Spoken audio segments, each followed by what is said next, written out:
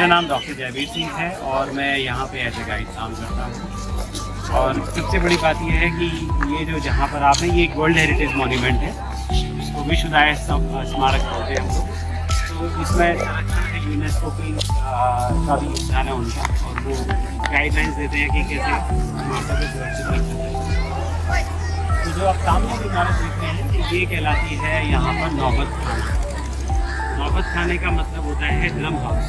बड़े बड़े ड्रम्स यहाँ पे रखे होते थे पहले, और राजा के आगमन की सूचना होने पर वो ड्रम्स बजा दिए जाते थे।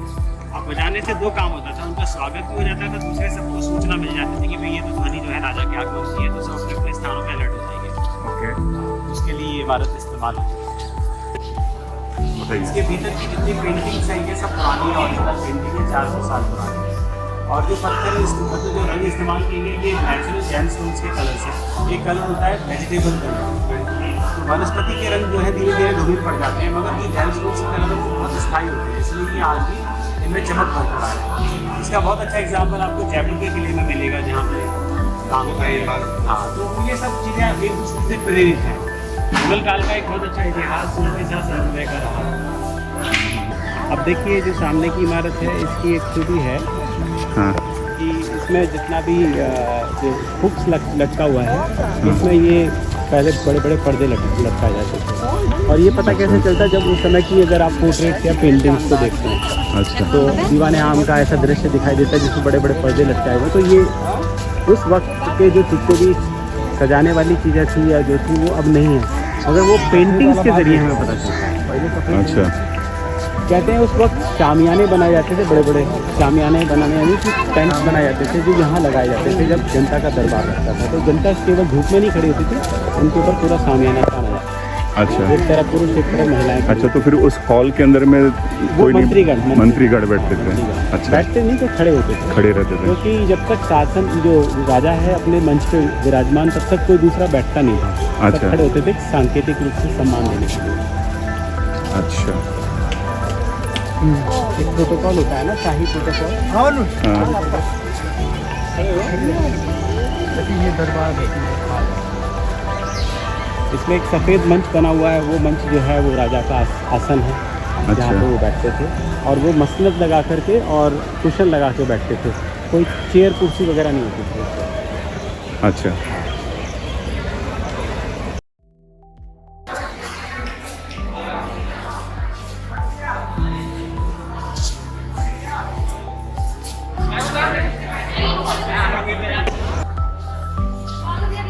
देख रहे हैं ये शाही सिंहासन है जिसमें राजा विराजमान है, तो ऊपर बैठने की व्यवस्था भी यहाँ पे, और ये नीचे वजीर के लिए है जो सारी चीज़ों को संवाद स्थापित करता था राजा।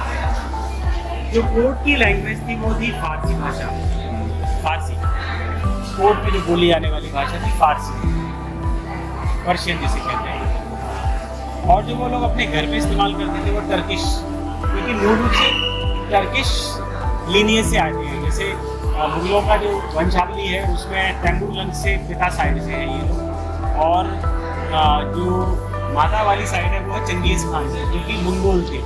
मुगल और मुगल शब्द जो आया वो मंगोल से ही आया है।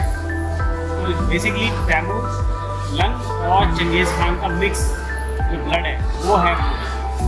तो मुगल जो है अपने भाषाई स्तर पर वो लोग ज़्यादातर टर्किश भाषा बोलते हैं, और उनकी सेना में बाकी अन्य भाषाएं बोली जाती थी। तो जो सैनिकों के बीच में जो भाषा बोली गई वही बाद में चल के उर्दू बनी।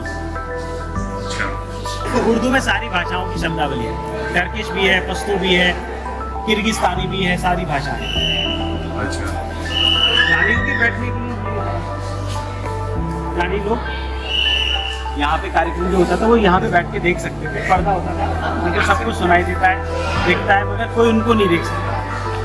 अच्छा, घरों को भी पहले अलंकृत किया जाता था, सजाया जाता था, और ये अलंकरण सांकेतिक है।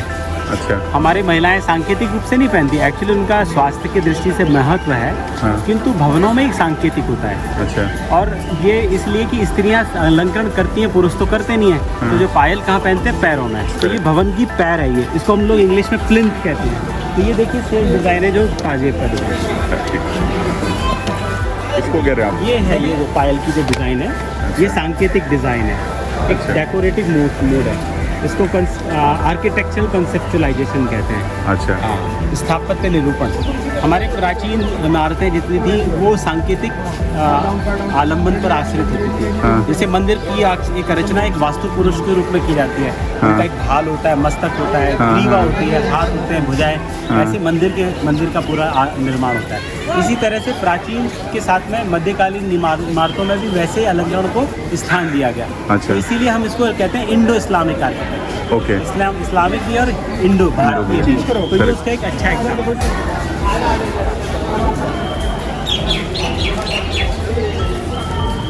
अब यहाँ तक तो पूरा जो है इनका एडमिनिस्ट्रेटिव हमने देखा। अब यहाँ से आगे जो है वो है उनका आवासीय परिसर जहाँ वो लोग रहते थे स्वयं। अच्छा। इसमें जो इमारतें जो विध्वंस नहीं हुई, जो जिन्हें सुरक्षित छोड़ दिया गया अंग्रेजों द्वारा, हाँ। वही इमारतें। क्योंकि यहाँ पे आवासीय इमारतें और भी थी, मगर क्योंकि ब्रिटिश को अपने सेना के प्रवास के लिए एक खुद का निर्माण करना था, तो स्थान के लिए तो उन्हें कुछ ना कुछ तोड़ फोड़ करनी थी। ये जितनी भी बैरक्स जो देख पा रहे हैं पीछे, तो ब्रिटिश लोगों ने वहाँ पर अन्य इमारतों को ध्वस्त करके तैयार किया। हाँ, ये सब विक्टोरियन एरा है, इसीलिए इनको विक्टोरियन आर्किटेक्चर हम बोलते हैं। ओके, जो ब्रिटिश ने अपनी बैरक बनाई है। हाँ, उनको ओके। हम कहते हैं विक्टोरियन आर्किटेक्चर। अच्छा। क्योंकि वो 1875-80 के दशक की बनी इमारतें हैं। ओके। क्योंकि 1857 की विद्रोह की विफलता के बाद जब उन्होंने कब्जा यहाँ कर लिया था, हाँ। तो अपने सुविधानुसार जो चीज़ें वो कर सकते थे वो उन्होंने की। और अच्छा। उस कड़ी में एक सबसे बड़ी बात ये रही कि उन्होंने विरूपित किया है। विरूपित माने बहुत डिस्टॉर्ट किया है इमारतों को, ओके। उनका स्वरूप बदलने का प्रयास किया है। तो जैसे अभी ये मॉन्यूमेंट सामने दिख रहे हैं, ऐसे ही मॉन्यूमेंट्स काफ़ी ज़्यादा थे। आप बता रहे हो हाँ, और ब्रिटिशर्स ने बैरक तोड़कर बैरक बनाया। बैरक्स बना ली। अब ओके। जैसे ये शाही महिलाओं के रहने का आवासीय परिसर है, जिसको हम कहते हैं रंग महल। अच्छा। जैसे नाम से ही प्रदर्शित होता है कि इसको बहुत सुंदर रंगों से चित्रित किया गया था किसी वक्त में। दीवारों पे बहुत सुंदर चित्रकारी थी, उस पे सोने का काम था, और इसकी छत इस इमारत की पूरी चांदी की हुआ करती थी एक वक्त पे। ये पूरा जो है एक मनोरंजन के लिए स्थापित किया हुआ स्थान है, जहाँ पर शाम के वक्त फव्वारे चला करते थे, गायन वादन का आयोजन होता था। ओके। हमारी भारतीय शैली में बहुत सारे नृत्य की शैलियाँ हैं, जिसमें से कथक शैली है। कथक का उद्भव आप जो इधर है, खड़े होकर बताएंगे। कथक का उद्भव जो है वो हमारे मध्य भारत से माना जाता है। यहाँ से इसमें एक मथुरा नाम का जो स्थान है, कृष्ण की जुड़ी हुई कथा से आया है कथक। उनका कथानक जो होता है इससे। तो कथक शैली का एक स्वरूप विकसित होते होते वो फिर राज परिवार में जो डांसेस करने के लिए जो रक्कासा बोलते हैं बाद में उनको, उनके द्वारा विकसित हुआ। बाद में वही मुजरा शैली बन गया। ओके। हाँ, तो है उसका उद्भव वहीं से, उसी तो शैली से। ये फाउंटेन है बीच में बस। ये फाउंटेन्स हैं, ये भी फाउंटेन्स हैं। यहाँ पे ये पूरा एक पूरा तालाब है पानी का, जिसमें फाउंटेन चल करके पानी इसी में जमा होता था। ओके। मगर रिसाइकिल करते थे पानी को हाइट पे ले जाते थे पहले। अच्छा। और वहाँ से ये ग्रेविटी से प्रेशराइज होकर चलते थे। अच्छा, पंप वगैरह उससे खोते नहीं थे। यहाँ पे पानी भर दिया जाता था, उसमें गुलाब की पत्तियाँ डाली जाती थी, थोड़ा सा जैसे इत्र वगैरह डाला जाता था। अच्छा। तो सुवासित होता है शरीर, पाँव डाल करके बैठने से आपका डिटॉक्सिफिकेशन भी होता है। हाँ हाँ। तो यहाँ पे उनकी रानियाँ बैठ सकती थी, परस्पर वार्ता कर सकते थे। अच्छा, इसकी बात कर रहे हैं आप, यहाँ पर बैठते थे। अच्छा। विशेष आकृति बैठने के लिए बनाई गई है, अच्छा। पाँव डाल के बैठने के लिए। अच्छा। बताया आपको कि ये रंग महल है, तो उस वक्त पूरा काम रंगों से किया गया। तो जितने भी आप देख रहे स्थान जो गैप है, वहाँ पे चित्रकारी हुआ करती थी किसी वक्त। अच्छा। और ये जो छत देख रहे हैं, जो अभी आप कार्डबोर्ड की देख रहे हैं, प्लाईबोर्ड लगा हुआ, ये ओरिजिनली में चांदी की थी। जब अंग्रेज़ों को ये पता चल ही चुका था कि वो जाने हैं, यहाँ से रवानगी करनी है, तो उन्होंने ये सारी छत यहाँ से निकलवा दी। कहते हैं कि वो तनख्वाह बांटने तक के लिए पैसा नहीं था, तो उसके लिए निकलवा दी थी। उसको गला के उन्होंने पैसा अपनी सेना को बांटा था। तो ये छत में चांदी लगे हुए? चांदी का काम।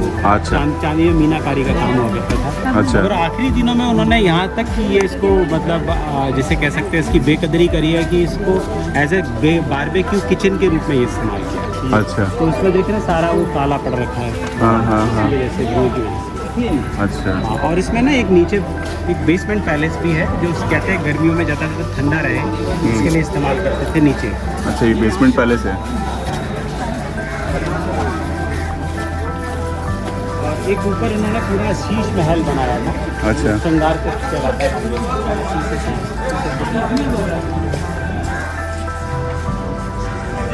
ये शीश महल था।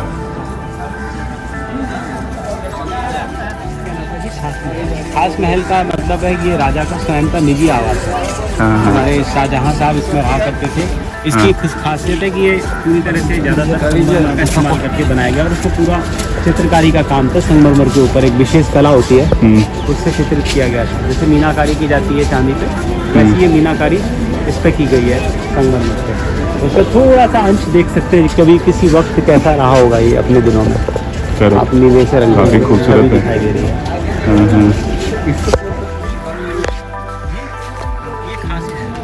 ये खास महल है ये। खास महल यानी शाहजहाँ का निजी आवास। अच्छा। हाँ, इसमें 3-4 कमरे हैं, जिसमें से एक तस्बीह खाना है जिसके अंदर वो अपने प्रेयर वगैरह करते थे। एक ख्वाबगाह है जिसमें वो सोते थे। एक दालान है जहाँ पे मिसलेनियस एक्टिविटी। और ये रास्ता जो है ये नदी की तरफ खुलता था और ये रास्ते से होकर के नदी पर के तट पे जाकर के वहाँ से नाव लेकर के आगरा तक की यात्रा की जाती थी। अच्छा। कहा जाता है कि आगरा और दिल्ली के बीच में नाव से आना जाना ज़्यादा सरल था बजाय रोड से। अच्छा, उस वक्त तो रोड भी नहीं होती होंगी। हाँ, रोड तो ये सब खास महल है। हाँ, ये खास महल है। ये कहलाता दीवाने खास। ये दीवाने खास है। हाँ, ये वो स्थान है जहाँ किसी वक्त में बहुत फेमस मयूर सिंहासन रखा हुआ है, जिसको हम लोग पीकॉक थ्रोन कहते हैं, वो रखा हुआ था। अच्छा। और कहा जाता है वो 7 वर्ष में बन के तैयार हुआ था और उसमें करीब 37,000 जेमस्टोन्स जड़े हुए थे। अच्छा। 37,000 जेमस्टोन्स में जो है 2 प्रसिद्ध बहुत बड़े डायमंड उस वक्त के थे इसमें लगे हुए। एक का नाम ज़्यादातर लोग जानते हैं कोहिनूर, मगर दूसरे का नाम ज़्यादातर लोग नहीं जानते। उसका नाम था दरियाए नूर, वो भी इस पे लगा हुआ था। तो एक कोहिनूर और दूसरा दरियाए नूर इसमें लगा हुआ था। लगा हुआ था पीकॉक थ्रोन। और वो अंग्रेज लेकर, अंग्रेज नहीं ले गए। 1739 में नादिर शाह नामक शासक ने आक्रमण किया था दिल्ली की। अच्छा। उस समय का जो यहाँ का राजा था उसका नाम था मोहम्मद शाह रंगीला। जैसे नाम से प्रदर्शित हो रहा है, उसका स्वभाव थोड़ा सा रंगीन प्रकृति का ज़्यादा था। हाँ। और शासन में उतनी अभिरुचि नहीं थी या सेना को मजबूत करने में, तो आसानी से उसकी सेना पराजित हो गई। और अफगानिस्तान के राजा के द्वारा जो उसको इनपुट्स मिले थे उसकी मदद से उसने यहाँ पर आक्रमण किया। तो कहते हैं कि जब वो यहाँ से सारा लूटपाट करके ले गया तो जो डायमंड दोनों थे वो यहाँ से चले गए, मगर जाते जाते वो अफगानिस्तान के शासक को वो डायमंड दे गया था, कोहिनूर। मगर बाद में क्या हुआ, महाराजा रंजीत सिंह शासक बने लाहौर के, तब उन्होंने अफगान शासक को हरा करके उससे वो हीरा प्राप्त कर लिया था। और महाराजा रंजीत सिंह की तीसरी पीढ़ी युद्ध हार गई थी। और जब वो युद्ध हार गई तो उन्होंने उसको कंपनसेशन ऑफ बैटल यानी उसका हरजाना के रूप में वो हीरा भी उनसे ले लिया। और ये हीरा बाद में महारानी को गिफ्ट कर दिया इंग्लैंड की, और बाद में वो हीरा जो है उनके मुकुट में जड़ दिया गया। आज भी वो हीरा उनके मुकुट में लगा हुआ है, जो आप इंग्लैंड जाते हैं तो देख सकते हैं। टावर ऑफ लंदन में रखे क्राउन ज्वेल्स वहाँ पे रखा हुआ है। हाँ, तो वो ये यहीं पे एक वक्त रहा करता था। और वो क्या है, वो जो है उस मंच पर रहता था पीकॉक। अच्छा।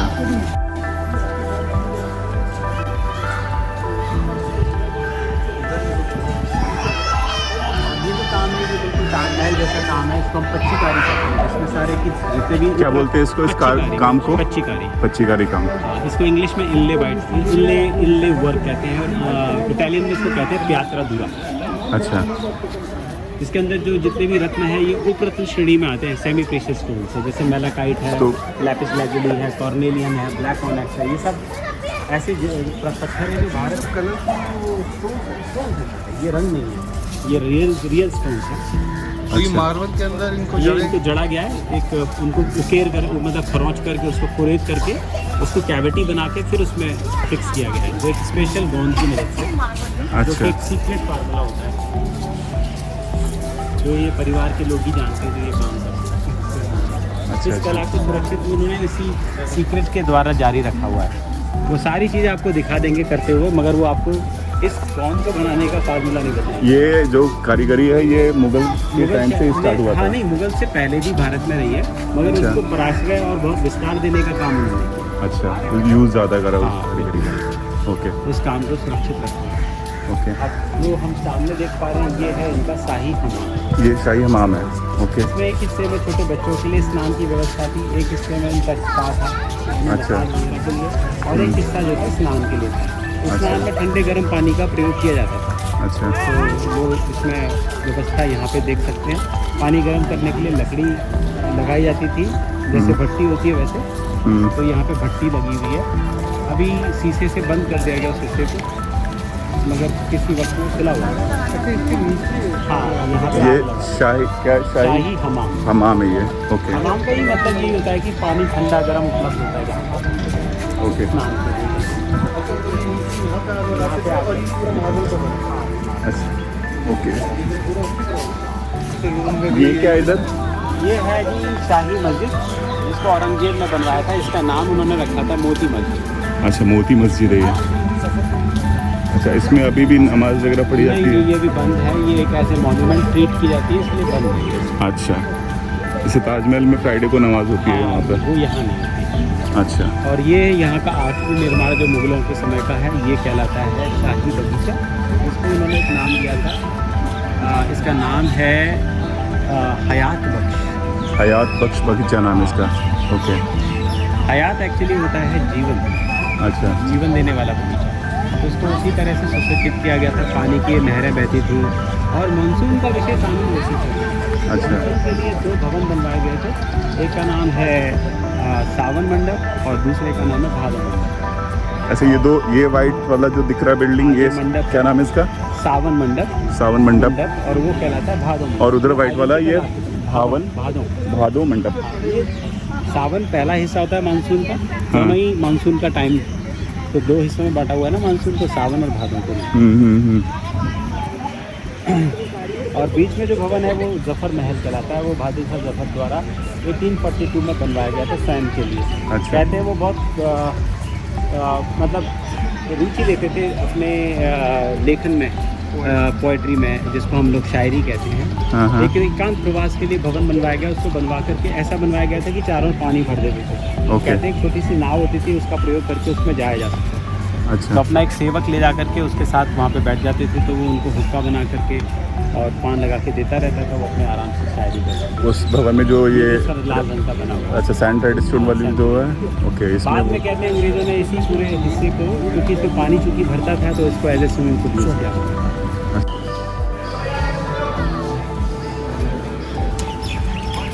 अभी पिछले दिनों जो भारत सरकार की कोशिश थी कि हमारे 1857 के विद्रोह की सारी झांकियों को, उनसे जुड़े दस्तावेजों को, इतिहास के पन्नों को यहाँ पे एक ऐसा स्थान मुकर्रर हो जहाँ सब लोग आके देख पाएँ। तो ये जो बैरक्स है, वो पिछले दिनों सरकार द्वारा समर्पित की गई है इस काम के लिए, और इनको नाम दिया गया है क्रांति मंदिर। अच्छा ये बैरक में को क्रांति मंदिर बोलते हैं। हाँ, इसलिए कि ये म्यूजियम के रूप में कन्वर्ट कर दी गई है। अच्छा ये वॉर म्यूजियम इसी को बोलते हैं। हाँ, बहुत म्यूजियम। इसमें 1857 की जो हाँ, जो पूरी क्रांति का जो एक पूरा दौर है उसका चित्रण है, उनसे संबंधित दस्तावेज, चित्रावली, आर्टिफैक्ट्स, उस समय के हथियार इत्यादि रखे हुए हैं। अच्छा। इंक्लूडिंग जो बहादुर शाह जफर और जीनत महल जो थी उनकी वाइफ, उनके भी कुछ पहने हुए कपड़े यहाँ पे डिस्प्ले किए गए हैं। अच्छा तोपों के गोले, तरह तरह की बंदूकें, उस समय के शासकों द्वारा इस्तेमाल किए हुए हथियार, अच्छा उनका डिस्प्ले है इसके अंदर। अच्छा